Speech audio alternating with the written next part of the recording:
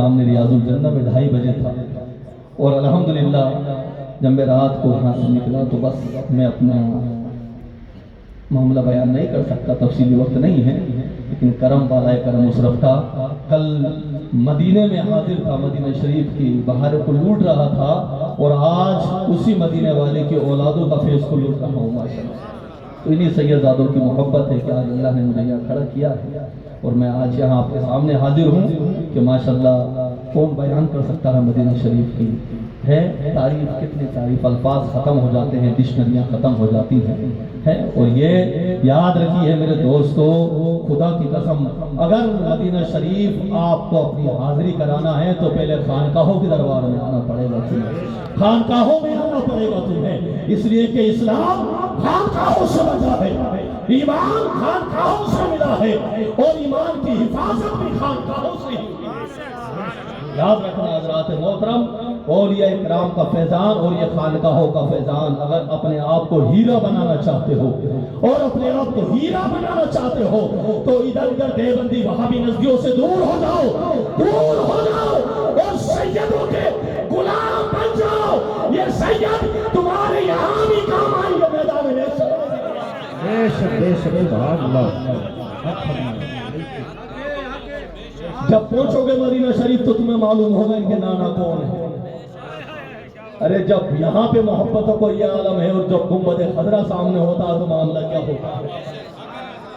آدمی کیفیت بیان نہیں کر سکتا، بیان نہیں کر سکتا۔ عزیزان ملت اسلامی، 2-3 باتیں کروں، 15 منٹ زیادہ دے دی ہیں۔ سیدوں کا معاملہ ہے، آل رسول ہے، ابن رسول ہیں، ان کے سامنے میں کیا فرصت کروں بولنے کی؟ خانقاہ حبیبیہ کی چشم و چراغ ہے، اتنے بڑے ماشاءاللہ شخصیت ہمارے سامنے آج جے پور میں آمد ہے۔ میرے دوستو یہ حبیبی نظامی خانقاہ کا ماشاءاللہ دولہا ہے، آج ہمارے سامنے ہے۔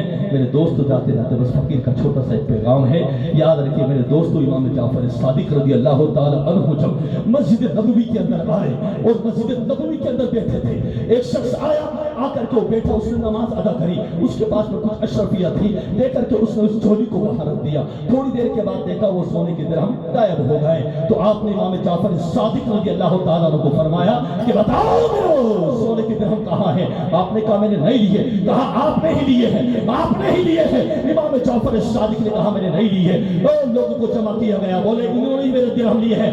آپ نے اپنی جھولی میں سے نکال کر کے بولے کتنے درہم تھے؟ بولے اتنے تھے، کتنے تھے؟ آپ نے عطا کر دیا، وہ درہم لے کر کے چلا گیا۔ جب تھوڑی دور گیا تو لوگوں نے کہا تو جانتا ہے یہ کون ہے؟ یہ رسول کی اولاد ہے امام جعفر صادق، یہ حسین کی اولاد ہے امام جعفر صادق، یہ امام زین العابدین کی اولاد ہے۔ کہا کیوں؟ کہ یہ چوری کریں گے، تیرا مال انہوں نے چرایا ہے۔ جب وہ دوبارہ اندر آیا تو اس کی جھولی وہیں پر رکھی تھی جس میں سونے کے درہم تھے، اس نے کہا میری جھولی تو یہاں ہے، پھر آپ نے عطا کیوں کر دیے؟ جب جھولی کو لیا، دیکھا میری جھولی تو مل گئی، ملنے کے بعد میں جو امام جعفر صادق سے لیا تھا دینے گیا، بولے حضور مجھ سے غلطی ہو گئی، آپ حسین کی اولاد ہیں، آپ رسول کی اولاد ہیں، آپ امام زین العابدین کی اولاد ہیں، یہ سونا میرا نہیں ہے، یہ درہم میرے نہیں ہے، یہ آپ کے ہیں۔ امام جعفر صادق نے فرمایا اے شخص سن، ہم نبی کے گھرانے والے ہیں، جو دے دیتے ہیں واپس نہیں دیتے۔ سبحان اللہ سبحان اللہ، بے شک حق ہے، سبحان اللہ۔ شان ہے نبی کے گھرانے والوں کی۔ میرے دوستو یاد رکھنا یہ سید زادے ہیں، آج میں دیکھ رہا ہوں حالات کو بڑے قریب سے، یہ سید ہیں، بولے ان سے کیا ہوگا؟ ہم تو خود ہی اپنے وقت کے پتہ نہیں کیا بن چکے ہیں، یہ مولانا یہ مفتی ہیں، ان سے کیا ہوا؟ ہم تو خود ہی اپنے وقت کیا بن چکے ہیں۔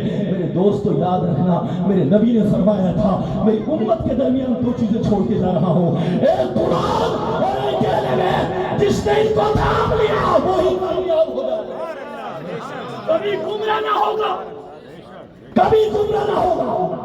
یاد رکھو میرے دوستان محترم، بس میری 2 منٹ کی بات ہو کہ یہ کون سا گھرانہ ہے۔ عزیزان ملت اسلامیہ یاد رکھیے کہ یہ وہ گھرانے کی نسبت ہے۔ میرے دوستو سیدوں کے غلام بن کر کے رہو، اولیاء اکرام کا فیضان حاصل تمہیں کرنا ہے، اولیاء اکرام کے آستانوں میں جاتے رہو، سیدوں کے غلام بن کے رہو، علماء سے محبت رکھو، سمجھ لو میرے دوستو سب کچھ تمہیں مل جائے گا، کوئی ضرورت نہیں ہے پریشان ہونے کی۔ آج یہ وہ گھرانہ ہے میرے دوستو، یاد رکھو سید زادوں کی صرف 3 باتیں بتا کے جا رہا ہوں۔ پہلی صفت سیدوں کی سن لو کیا ہے؟